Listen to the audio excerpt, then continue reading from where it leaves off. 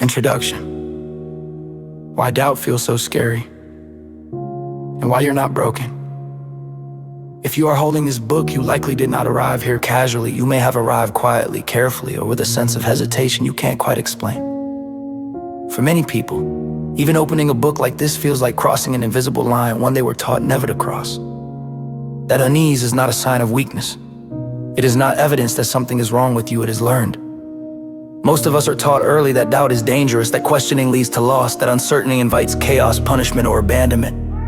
Whether these lessons came through religion, family, school, culture, or authority figures, the message was often the same. Some questions are not safe to ask.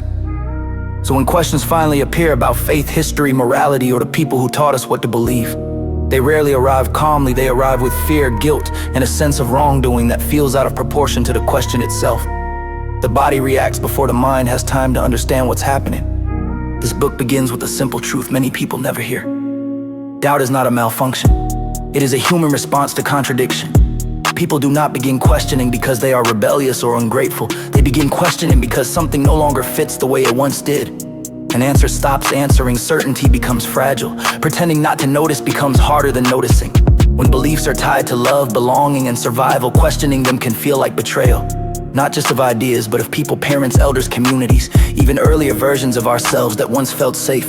The fear is real, the guilt is real, but neither one is proof that you are doing something wrong. Feelings are not always signals of danger, sometimes they are signals of conditioning. I believed long enough for that fear to make sense. I know how heavy it can feel when questioning carries the threat of loss, isolation, or moral failure. That weight is not imagined, but it is not a verdict either. This book is not here to take your beliefs away. It is not here to replace them with new ones. It is not here to tell you what to think or who to become. It is here to help you understand why questioning feels the way it does and how to move through that experience without losing yourself. Many people are given only two options when doubt appears: return to certainty at any cost, or tear everything down and start over. Neither option reflects how growth actually works. There is another path, slower, steadier, and far less destructive. You are allowed to question without rushing to answers. You are allowed to doubt without becoming bitter. You are allowed to think without punishing yourself. Most importantly, you are allowed to take your time. This book does not assume you are trying to abandon anything. It assumes you are trying to understand. It recognizes that belief systems often provide comfort, structure, and meaning, and that questioning them can feel like standing without shelter. That loss deserves care, not ridicule.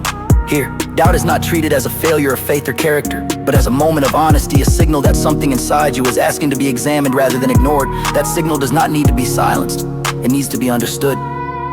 If you are afraid, that does not mean you are wrong. If you feel guilty, that does not mean you are dangerous. If you feel alone, that does not mean you are lost. You don't need to decide anything yet. You only need to keep reading at your own pace, in your own way, with your dignity intact. You are not late. You are not broken. And you are not alone.